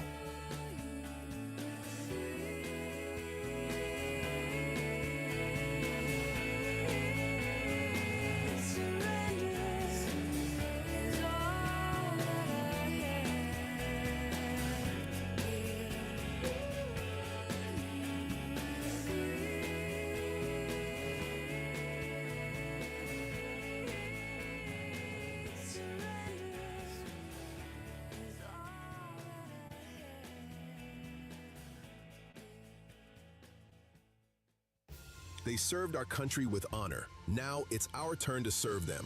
Join the freedom13.org for an unforgettable gala honoring America's heroes, February 27th at the Foundry Arts Center in St. Charles. A special evening supporting Freedom 13's bold mission, 50 camps in 50 states on more than 50,000 acres, building 650 homes for veterans, police, and their families. Tickets and sponsorship opportunities are available now. Visit thefreedom13.org. That's thefreedom13.org. News Talk STL is proud to have Doug Voss of Safe Bunny Radio as part of our lineup each week. Doug has been a staple on the St. Louis radio airways for many years as one of the leading financial experts in the area. You can now hear Doug and Safe Bunny Radio every weekend on News Talk STL. But in case you miss anything, you can check it all out at DougVossSafeBunnyRadio.com. What else do our listeners need to know, Doug? Simply put, I focus on helping pre-retirees and retirees build, preserve, and protect retirement assets, and I've been helping my clients solve their insurance and financial needs for the past 33 years. I also strive to educate my clients on how to prepare for retirement, minimize the impact of market volatility on their assets, and deal with the challenges of increased longevity. Call me today at 844-676-SAFE. That's 844-676-7233. Doug Voss is a registered representative. Securities offered through DHL Securities, LLLP. Member FINRA and SIPC. On the next Larry Connors USA. Today's story behind the story, more on busting the chicken ranch and the man Marvin Zindler. Larry Connors USA. Now weeknights 6 until 8 on News Talk STL.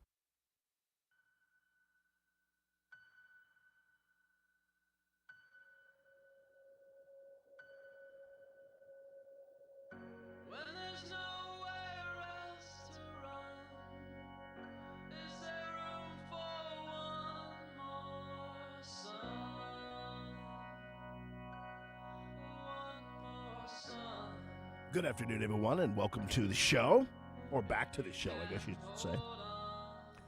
It's the Allman Report on News Talk STL. Jamie Allman here and Ashton over there. I guess you can call this segment the Bad People segment. You want to?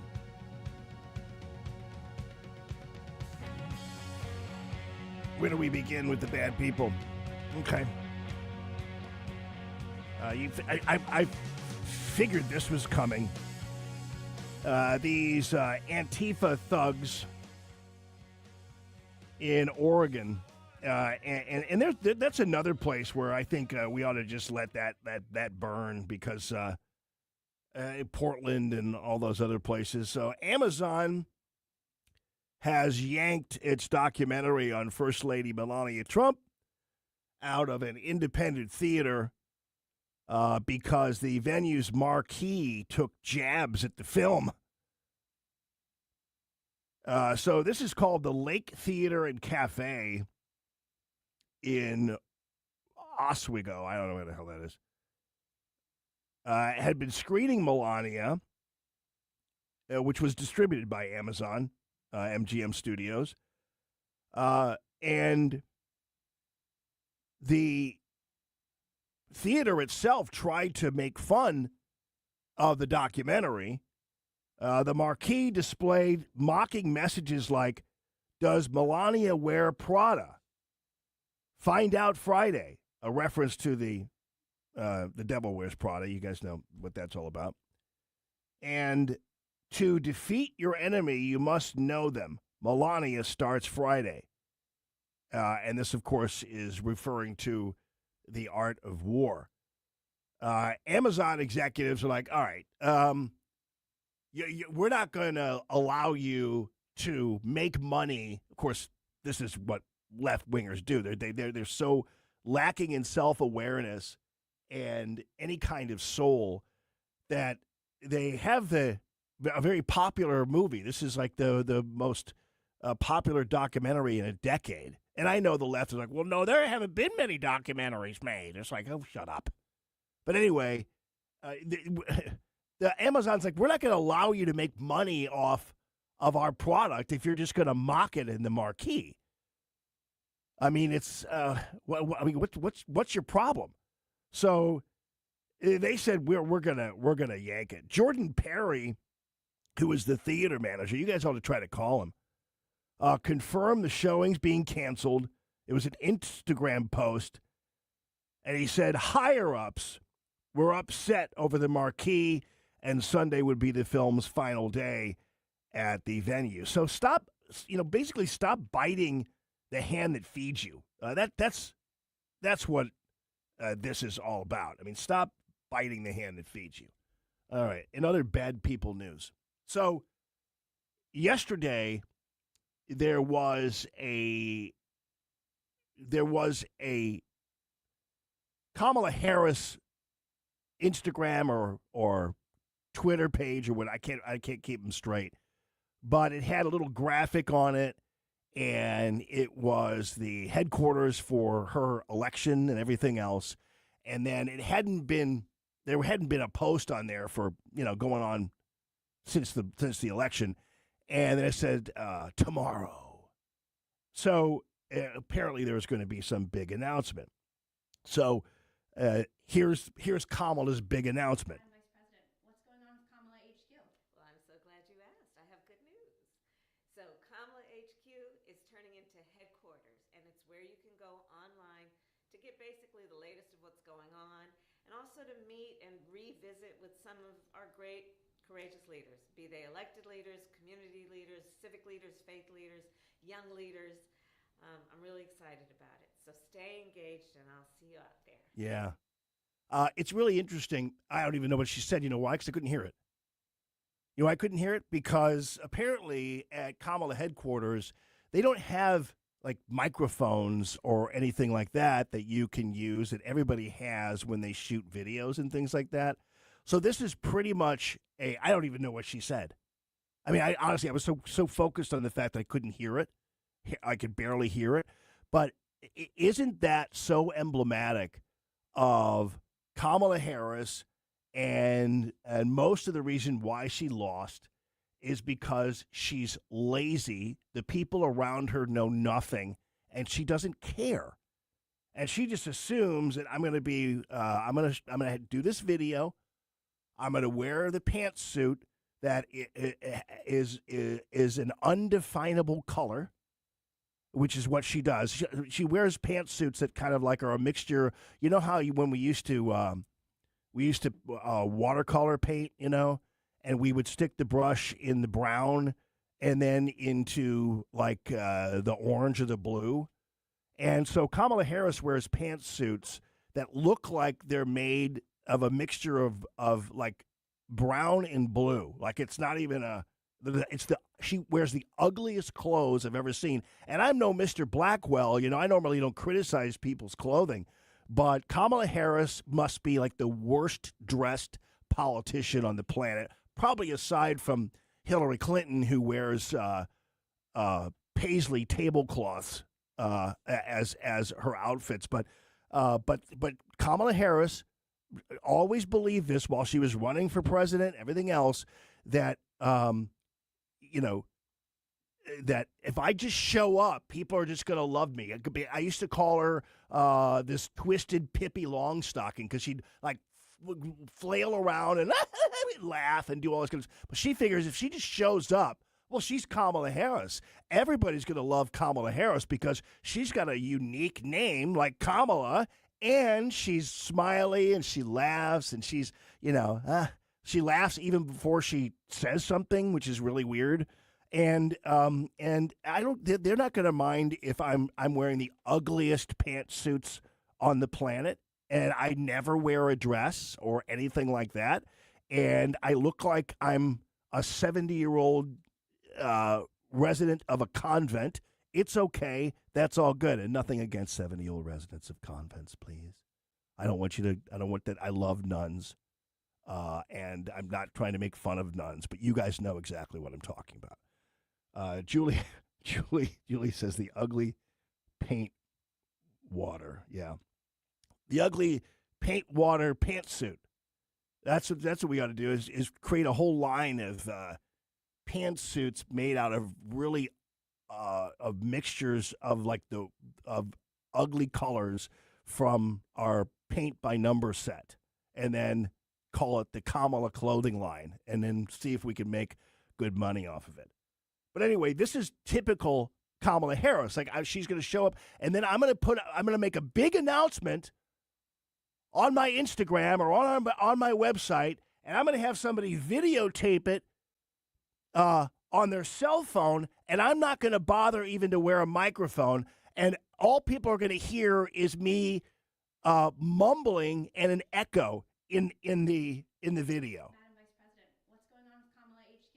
Well, I'm so glad you asked. I have good news. I can hear the person taping her better than I can hear her. I mean, this is just outrageous. But again, it's a good example of how Kamala Harris so easily lost this election because she's so unserious about pretty much everything, even these dumb little tapes. And I feel kind of bad for her now. Sorry, I don't know why I feel bad for her. I don't know. She tries, but she's just so dumb. And the people around her don't help. All right. And here's the other, the third part of the terrible people cavalcade here on the Allman Report. Hillary Clinton, again, who is only second to Kamala Harris in dressing the ugliest of any female on the planet. But anyway, this is regarding this oversight committee, and because Hillary Clinton and Bill have basically said, hey, we'll go ahead and do the testimony, whatever. The Clintons went ahead and, James Comer said, I want you to publicly testify this month in the committee's Epstein investigation. Bill and Hillary agreed to testify before the Oversight Committee. And because Comer was like, I'm going to hold you in criminal contempt of Congress. And then after delaying and defying the subpoena for 6 months, they said, we're going to go ahead and get you on contempt. And then the Clintons will testify on the 26th and the 27th. And this is what Hillary Clinton had to say. For 6 months, we engaged Republicans on the Oversight Committee in good faith. We told them what we know under oath. They ignored all of it. They moved the goalpost and turned accountability into a distraction. So let's stop the game, she says. If you want this fight, let's have it in public. You love to talk about transparency. There's nothing more transparent than a public hearing, cameras on. We will be there. Comer responds. It will be public. We have the video camera, the audio camera, and the transcript. So everyone in America will see that.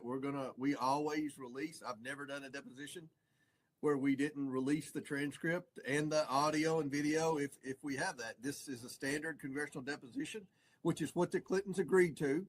And the standard congressional deposition is you are deposed for however long it takes, and it will be recorded, both video, audio, as well as transcripts that will be made public. So Hillary Clinton, what she wants is she wants some kind of dog and pony show that will be attended by a news media and supporters and probably a bunch of Antifa terrorists as well.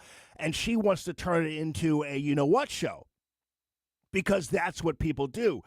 Because Hillary Clinton and poor Bill, but Hillary Clinton is such a bizarre control freak that she doesn't want to be in a situation where somebody's directly asking her questions in front of camera. She wants to be able to have a temper tantrum, a show out of it, and a bunch of news media people who are cheering her on and a bunch of supporters cheering on. She wants to turn it into a circus, and Comer is saying, I'm not going to let you do that. Everything will be public, but you're not going to be in control. It is going to be public. But it will not be live, so this will not be live streamed. Well, first of all, I don't know who this guy is, but you don't live stream depositions. For Comer to agree to a live stream, that's ridiculous, and that's a ridiculous suggestion anyway. You're not going to live stream a deposition, and so what Hillary Clinton wants is a live public hearing so she can outburst and turn it into a dog and pony show and everything else. And good for Comer saying, we're not going to do that. This isn't going to be your show, Hillary. It's going to be ours, and you're going to give the deposition. We hadn't planned on it being live, but, I mean, we're seeing the legality of that, and it's never been done before. But, look, the Clintons keep moving the goalposts. In her tweet against me, she was completely dishonest in what she says, and we're trying to get all the emails gathered up. We've been negotiating with her attorneys for 6 months now. Yeah.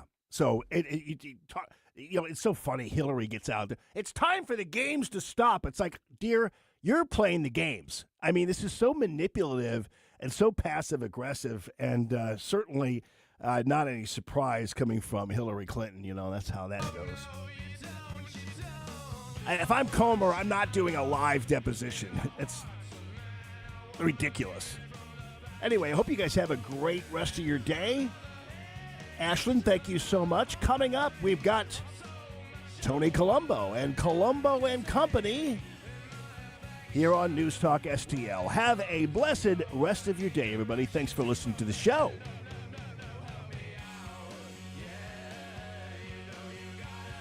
Tony Colombo here for Gutter Pros and Exteriors, your all-in-one service team that brings years of experience and quality that's affordable right to your doorstep. Christine and I discovered Gutter Pros and Exteriors when we bought our home and inherited a gutter problem. And they've also repaired siding damage on our home because along with gutter repair, gutter installation, and leaf protection, the Gutter Pros team are also the best for repairing other exterior damage, including fascia, soffit, and all siding repair and installation. Learn about all the ways Gutter Pros and Exteriors can help your home or business right now at gutterpros.com. Public schools, like public libraries, should be free.